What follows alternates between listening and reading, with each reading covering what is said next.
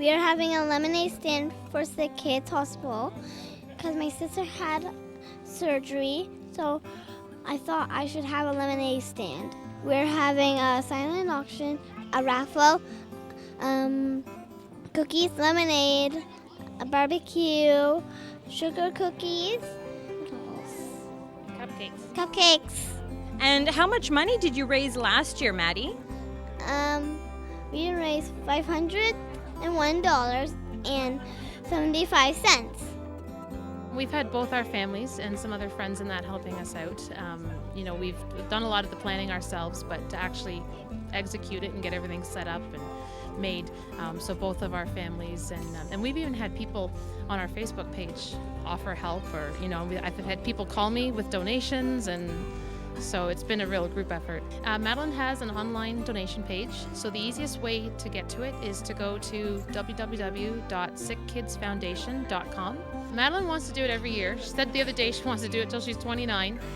So we've actually already started thinking about next year's. We kind of learn a little bit each year and things to try and things to do. So we're already planning on next year trying to get even more donations and have more of everything, just make it an even bigger event than what it is this year.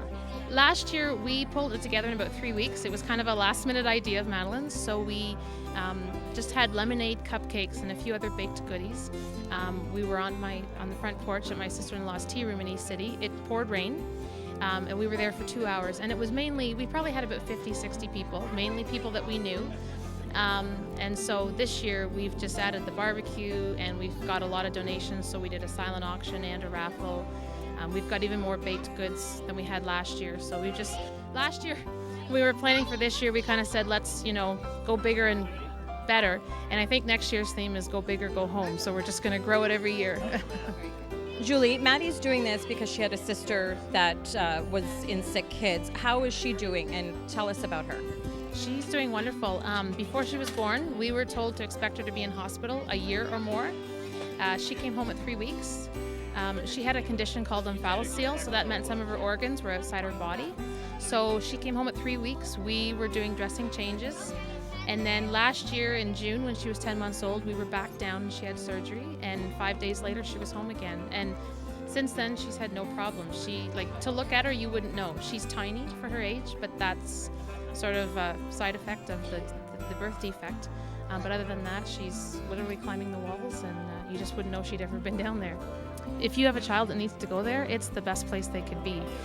Nothing against other hospitals in the area, but for children especially, they're so good with them. It's different because when it's a child and they're going through certain procedures, they're better trained, I think, down there to help them through it. And my husband and I were both there as children as well, and you start to realize how many people have been there or know somebody who was there. And it is a big thing, even for this area, as far away as they are. There's a lot of people from the area, so we just wanted to help them out because a lot of the money that they raise goes for research and for cancer and all these other different diseases. So it just helps that hospital to work as well as it does. It's going very well. We had a huge rush of people here at 11 o'clock, and then it kind of dies off a bit and gets busy again. You must be very proud of Maddie. We are. This was all her idea. And obviously at this point we are doing a lot of the organizing for her, but she has been so excited, and every time she's been interviewed or heard her name on the radio, she's just been beaming. So it's been really neat for her to see how she can take a somewhat simple idea and make it into this huge event. So she's already thinking towards next year too.